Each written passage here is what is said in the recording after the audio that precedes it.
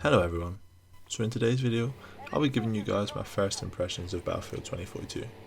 Now the full game has been out for about a week now, but I've been playing for 2 weeks thanks to the early access I obtained by pre-ordering the game. So these 2 weeks have been filled with many emotions, but I have to say even with all of its issues, I have genuinely enjoyed playing the game.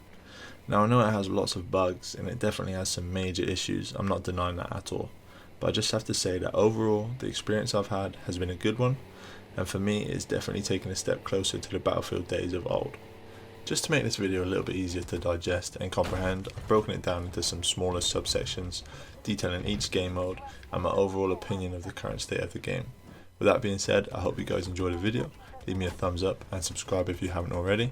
Your support is honestly greatly appreciated. Stay safe guys, and I'll see you in the next one. So, to kick this video off, I figured I'd start with the absolute basics, the backbone of any game, the gameplay and its features. In my opinion, this is where DICE have missed the mark by the biggest margin. There really is just some extremely key and integral features of a classic Battlefield game that are for some reason missing in this game.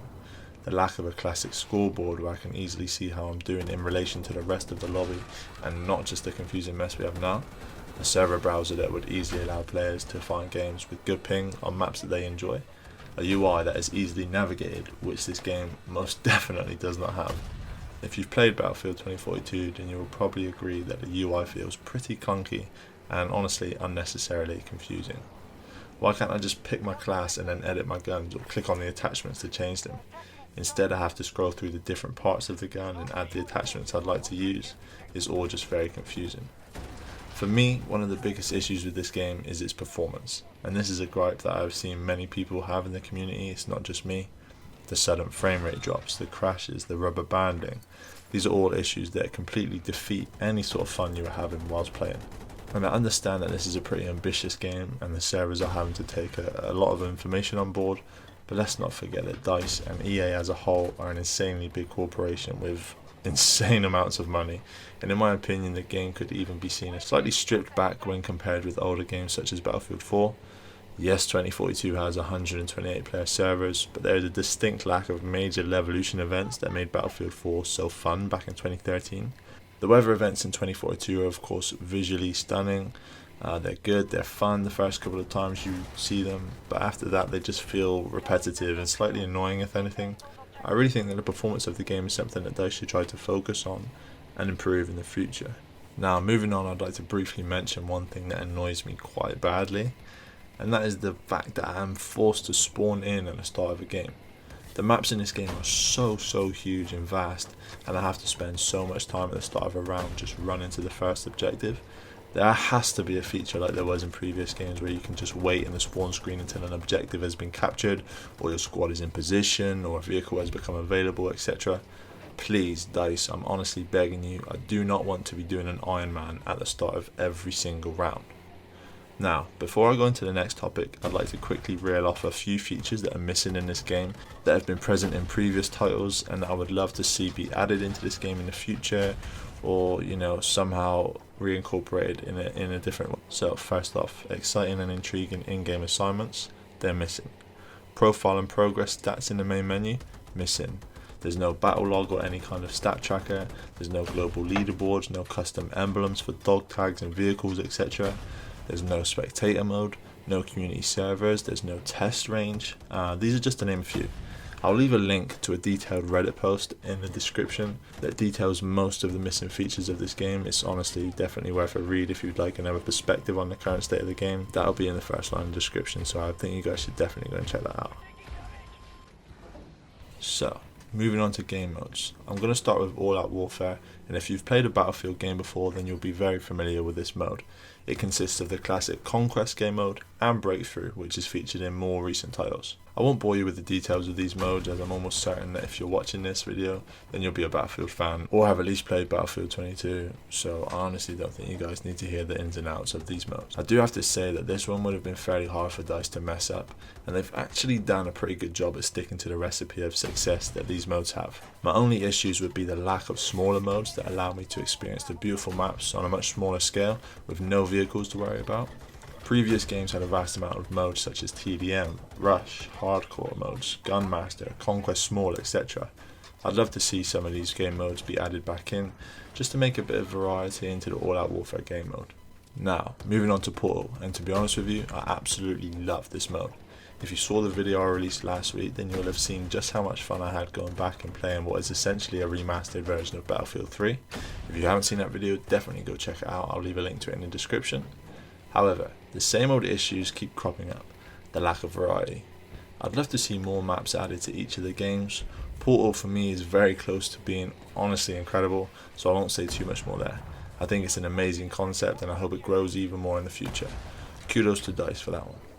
Now, moving on to one of my biggest disappointments of this game, Hazard Zone.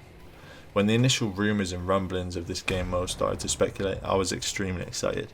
I was envisioning an escape from Tarkov-esque game set in a Battlefield franchise with the beauty and gunplay of Battlefield. Maybe it's on me for having such high expectations for this mode, but I feel like DICE really missed the mark here. Hazard Zone for me is just incredibly boring, and in all honesty, if it was removed from the game entirely, I don't think I'd even notice. The less said on that one, the better I think. If I'm being brutally honest, the gunplay in this game is really not great. Regardless of the insane lack of guns in the base game, which I just cannot comprehend, the guns that are actually there just aren't good at all. Snipers feel so bad at the moment. SMGs are outgunning AIs at range for some reason, and DMRs are more deadly than a hungry Megalodon. I'm not sure if I can pinpoint the exact issue DICE has here, but I feel like almost all of the guns are extremely underpowered. I'm sure that everyone would have played with the Bison at some point, and really that's the only gun that's useful. I've never gotten so many hit markers while sniping in a Battlefield game. This used to be one of my favourite things to do as it was so satisfying, but this game has honestly killed that experience for me. The final sniper is slightly better than the rest, but for some reason you have to wait until you're level 60 to be able to use it, which again is just mind-boggling to me. Please DICE, I beg, if you do one thing, please at least make the sniping satisfying again. Now moving on to a few missing mechanics, and I'm not sure if it's just me, but aim assist on consoles seems to be virtually non-existent, so being the console player that I am, that one really hits home. There's no manual leaning mechanic, there's no diving while swimming, which I just don't understand why that's missing. There's no backwards prone, no scope zeroing, which again is affecting the sniping in the game. Honestly, the sniping, I just can't get over it. But anyway, there's no thermal optics, there's no vehicle direction indicator, there's no headshot bonus. I could really go on and on and on. But in general, the game feels slightly rushed and unfinished, and it's really suffering from a lack of content. I mean, come on, there's literally one free firing launcher in the game. How am I going to get those only in Battlefield RPG moments now? Now, in conclusion, I feel like I may have been more negative than positive in this video, and that's for good reason. As I said, the game feels extremely unfinished and, slightly rushed, but I do have to say that even with everything I've mentioned in this video, and all of the countless issues that I haven't mentioned, I'm actually enjoying playing the game.